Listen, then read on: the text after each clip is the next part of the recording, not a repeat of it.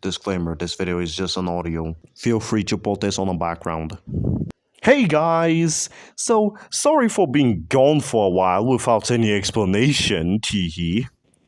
So, as we all know, the 80th anniversary of Thomas the Tank Engine is right on the corner. But you know what else is gonna get an anniversary on this year that is related to Thomas? Yep, Shed 17. Now, I know that the fandom doesn't really like Shed 17, but that doesn't matter. So, because I do, so yeah. I remember recently rewatching it, and then I thought for myself, biofusion sounds really cool. There is this great song saying, "It's great to be an engine, am I right?" So I thought that I should, well, fix biofusion. What do I mean?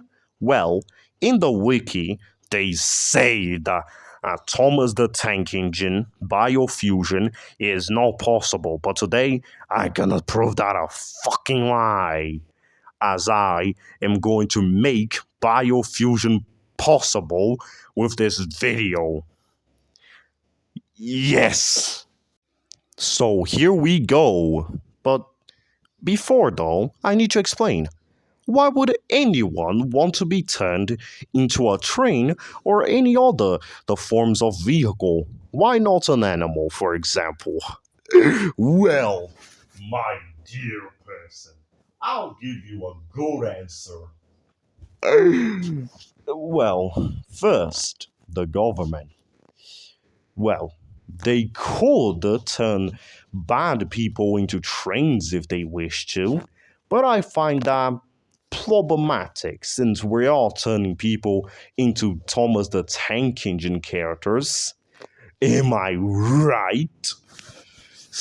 So, we wouldn't want criminals like groomers, murderers, people who subscribed to. I mean, what I mean is people who assaulted. Yeah, that's what I said. Yeah, that's definitely what I said. Around the children, am I right? So, because of this, well, we're just gonna do what Project G1 did. We're turning bad people into trucks, since after all, this is where everyone ends up once they become troublesome. But why would the companies want this? Well, if you know, the most common issue with any kind of vehicle is their visibility. So because of this, putting a face in front of a vehicle would fix all of the problems of the visibility, which is a really which I'm thinking about the benefits of vehicles. I'm definitely calculating here about the obvious benefits because think about it. The reason why so many people die in car crashes or even truck crashes, to be more specific, is because the drivers cannot see you because they're so damn small and compared it into a fucking lorry. But now that the lorry has a face, then that only means that nothing will happen to you because the lorry with a face will warn to the driver, "Hey, there's someone in the way." Unless they don't like it, then they'll just run you over. But they won't do that, and not at all. And why would you? Well, because it's great to be an agent. Idiot. It's like really great to be an engine, It's really great to be an engine. And you want to be an engine, or maybe a car, or a truck, or a coach, or any vehicle of your choice, really. Or maybe a crane if you're that depressed. Like, think about it. Have you failed in life? Have your girlfriend dumped you? Have have your friends turned their back on you? Have people told you to piss off? Have you fucked up real bad? Have you gone mad? Then you should be an engine to restart your life. Think about it. It'll be a great way to restart your life. You're now under the skies of a famous Thomas the Tank Engine character of your choice. And also to get fully immersed with the idea of being a vehicle. Other reasonings could be found by yourself or by personal reasons. Anyway, let's get into how I'll fix biofusion. Now, when I'm saying fixing biofusion, I'm obviously referring to fixing the process of biofusion. For example, to do biofusion, you'll need to clone people. You'll need to make them survive through really hot temperatures. You'll need to make their organs accept and adapt within the mechanisms of a very specific vehicle. Uh, Probably remove your digestive system, I think. You need to do a lot of shit, which, to be fair, I do think that some of these things should be learned eventually to make humans probably last a little bit longer than they should. But you know what? For this fixed revertingagomanize the revolution revertingagami version of biofusion, I don't think that this will be a problem. Bum. So, first thing first, make the engines smaller. Now, I know that I said that the whole thing about biofusion is that, they should be on the lookout for any, well, careless people that dares to cross the path that they're on. But I think that standard gauge engines are just too big, don't you think? So I think that's something like a narrow gauge engine, or a better example, one of those all aboard live show Thomas props. You probably know what I'm talking about, I hope. Yeah, on the size of that would be a lot more suitable.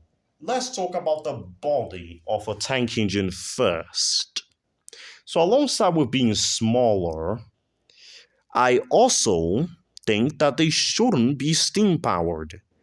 Steam and even diesel can burn you alive. And there is no way we can make the human body just survive through the boiling water and metal that is the steam boiler, or even a diesel engine for that matter. So,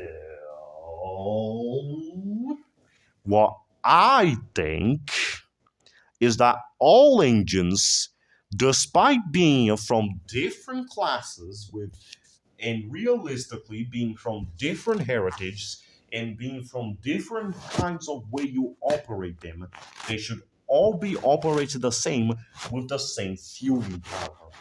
What is the fueling power? Electric. Electric indeed, that's what I'll say. If the engines were electric, then you wouldn't get burned. You'll get electrocuted. But that won't happen because I already think about that, but we'll get that to you. Yeah.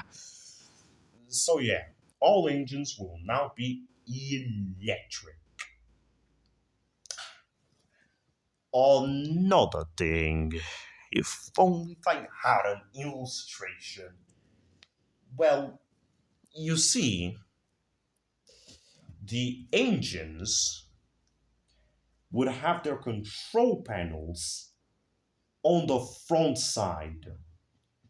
Like, bear with me, since this is an audio video, because I didn't have the time to do an actual video, not because I'm lazy and busy, but because I'm definitely busy with school. You get what I mean?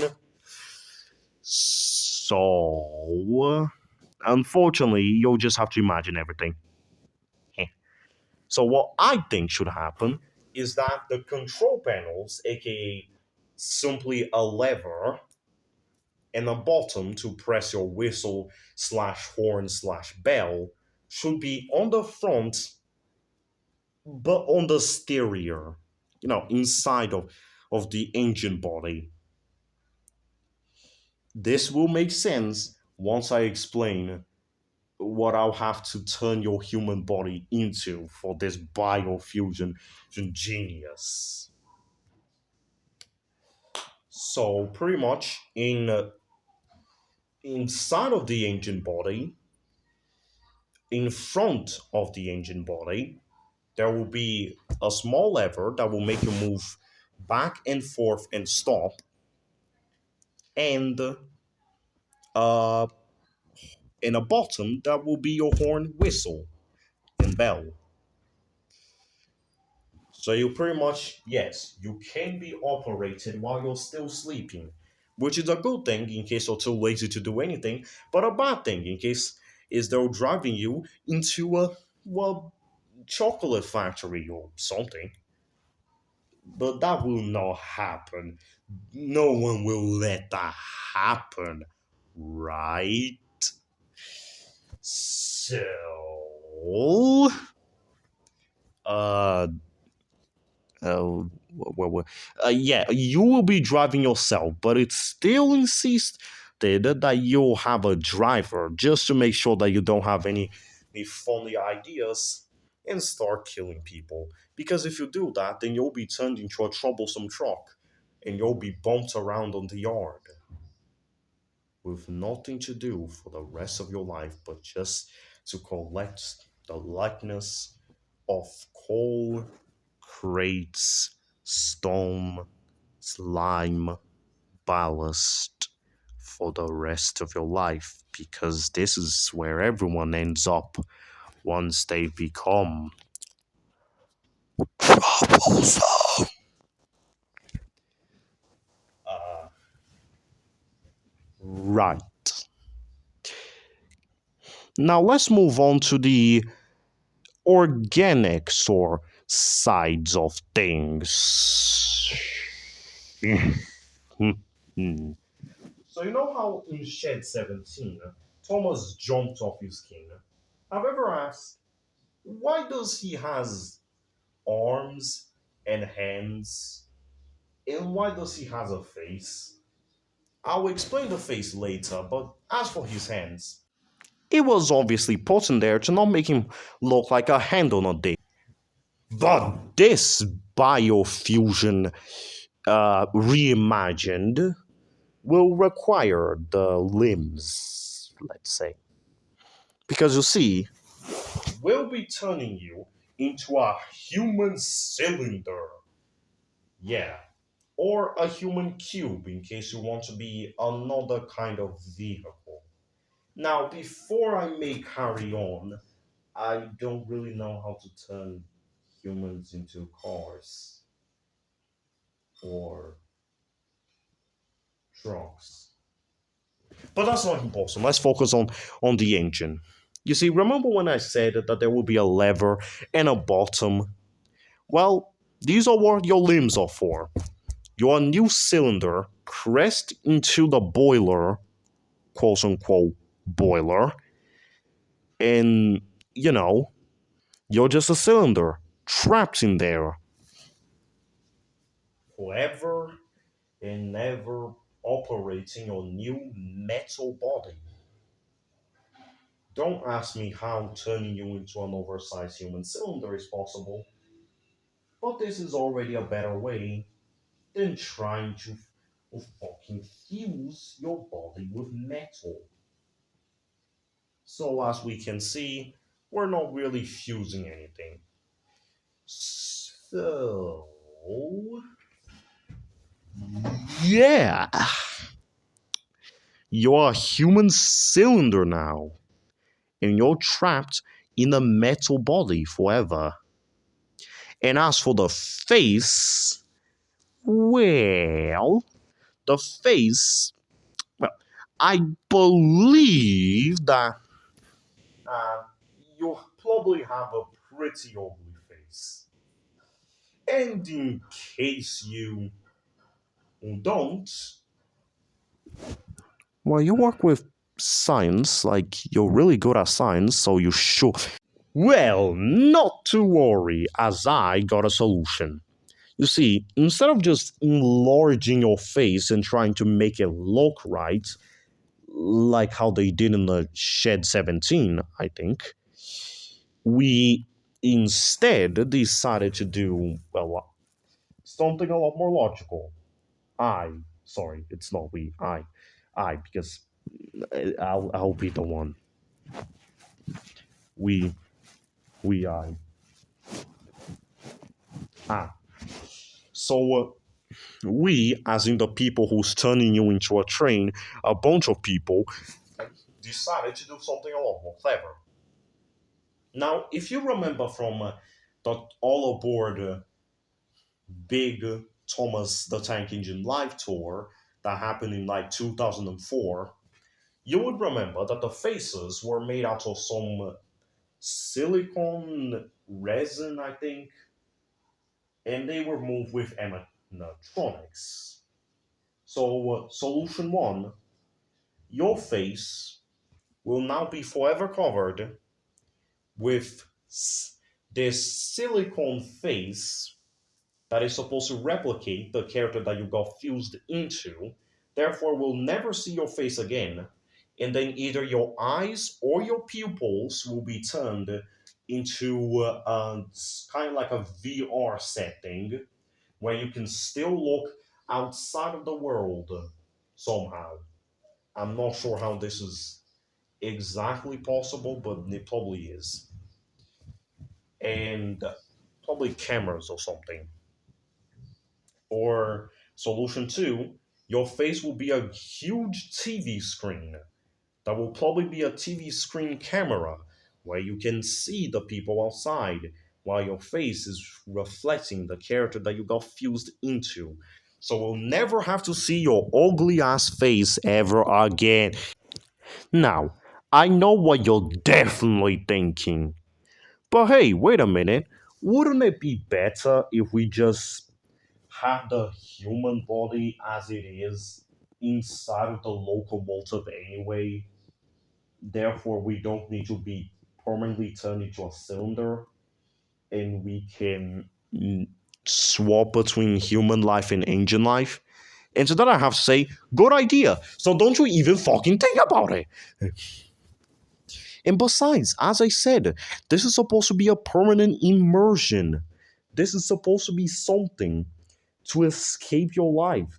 Something that you would never want to do. This is advertisement for train enthusiasts who is tired of being a human.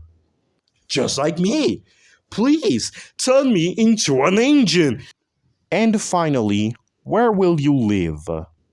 Well, the answer is quite obvious the island of Soldor. Now, you might be thinking, the island of Soldor isn't real. Well, I'm sure that the British government can just find a random island and then somewhere down in the seas and then colonize it to be just another British island. And this is where me, you, and all of our friends and enemies that got biofused will live.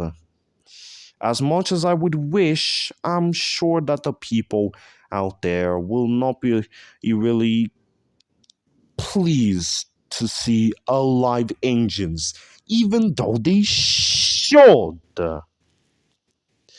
Because this is revolutionizing. I am telling you. And in case it doesn't work out, oh well, never mind. Just bomb the island, burn it alive, kill us all. Please don't do this, don't kill me.